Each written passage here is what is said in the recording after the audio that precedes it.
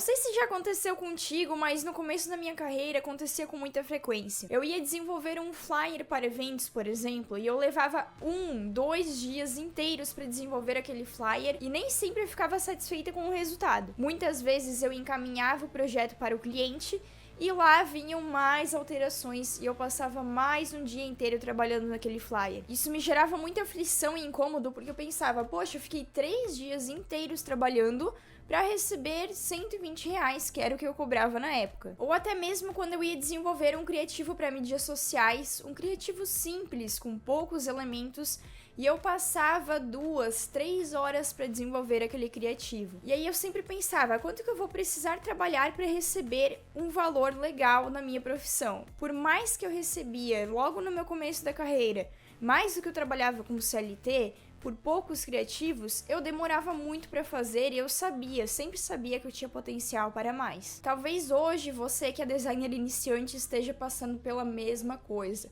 Passa horas desenvolvendo um criativo, passa horas num bloqueio criativo tremendo e bate aquele desespero porque você sabe que está perdendo seu tempo e não consegue produzir e não consegue desenvolver. E no começo isso gera muita angústia. Eu ficava preocupada que isso acontecia só comigo. Mas designer, uma das coisas que eu gostaria de ter ouvido no início da minha carreira é que é assim mesmo. No começo da profissão. Quando você começa, você vai realmente demorar para desenvolver um criativo, você vai passar por inúmeros bloqueios criativos. Eu não vou dizer que isso nunca mais vai acontecer, que você vai pegar um criativo, sempre vai desenvolver um projeto sempre na velocidade da luz e nunca mais vai ter bloqueio. Porém, esses problemas estão atrelados ao início da profissão. Quanto mais você pratica, quanto mais você trabalha como designer, melhor você fica, mais rápido você executa aquele projeto, com mais maestria, com menos alterações e com certeza com menos bloqueios criativos. Porque você já aprendeu a desenvolver um bom briefing com o cliente, entender qual a necessidade dele, o que ele precisa, o que o público-alvo precisa. Você também já praticou inúmeras vezes, então você entendeu sobre o seu próprio processo criativo.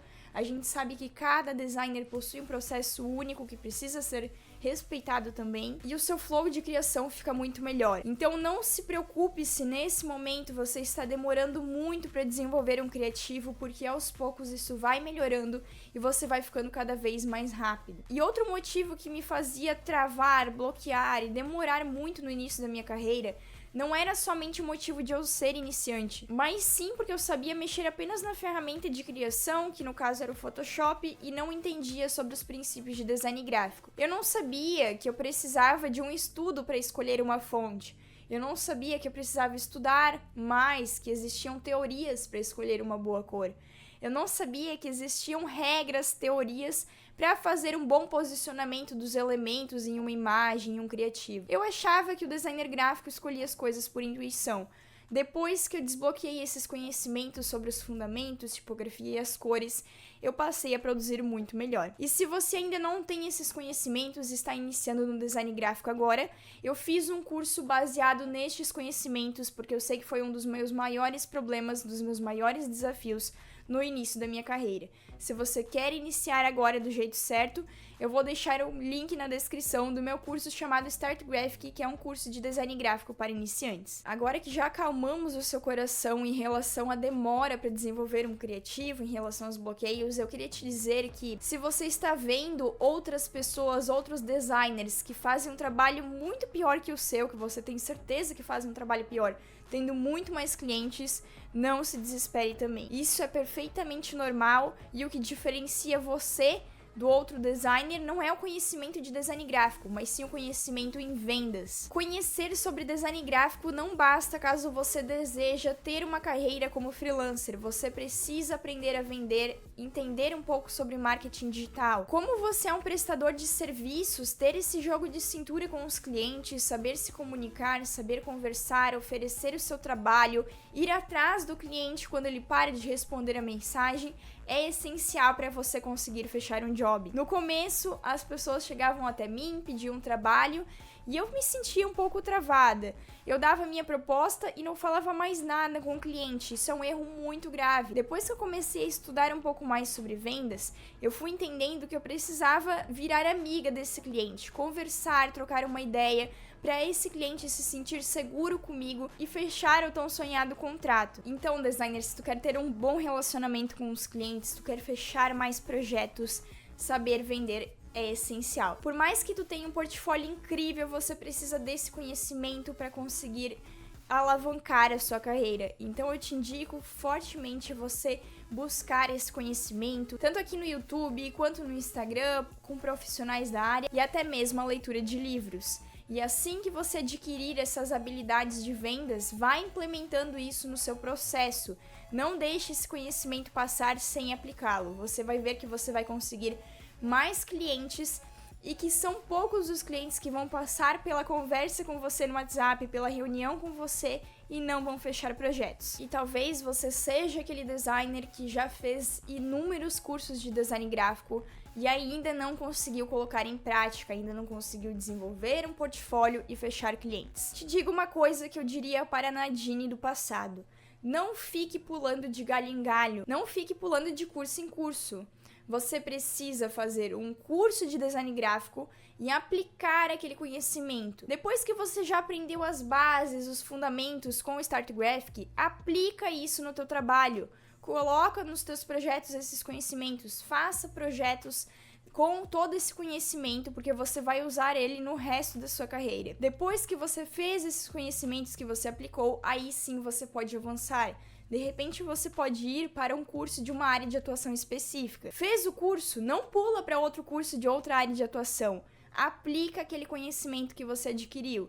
Nada te impede depois de você fazer outro curso, ir para outra especialização, mas primeiro aplica aquele conhecimento que você adquiriu. Eu tinha uma regra comigo bem importante no começo que me fez destravar esses momentos. Eu só compraria outro curso quando o curso que eu comprei anteriormente, que eu estudei, me gerasse uma renda. Por exemplo, fiz um primeiro curso de design gráfico.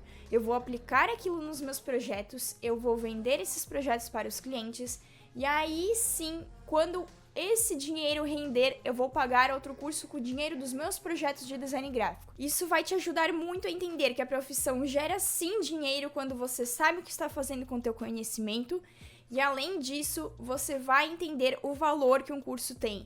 Muitas vezes a gente não entende o valor do curso. Hoje em dia é tão acessível na internet, o valor é tão baixo de um curso comparado a uma faculdade, comparado a um estudo convencional, que muitas vezes a gente não dá valor para aquilo. E conhecimento, quando ele não é aplicado, quando ele não é transmitido, ele não vale de nada. Então é muito importante que você pare de pular de curso em curso, de galho em galho, de vídeo em vídeo e comece a aplicar os seus conhecimentos. E se você quer trabalhar com o mercado criativo, eu queria te informar sobre duas coisas. Você nunca vai parar de estudar e mostrar o seu trabalho, porque assim que você parar de fazer uma das duas coisas, você vai começar a ficar para trás. Todo mercado criativo, na verdade, exige um estudo constante, porque as coisas mudam, as tendências mudam, os conhecimentos vão se alterando, a gente precisa acompanhar a velocidade do mercado, precisamos entender os públicos-alvos, e se você parar de mostrar o seu trabalho também, você vai parar de conseguir clientes. Porque a gente precisa gerar desejo nas pessoas para que elas se sintam atraídas pelo nosso trabalho. As pessoas precisam ver o nosso trabalho, ver nós como profissionais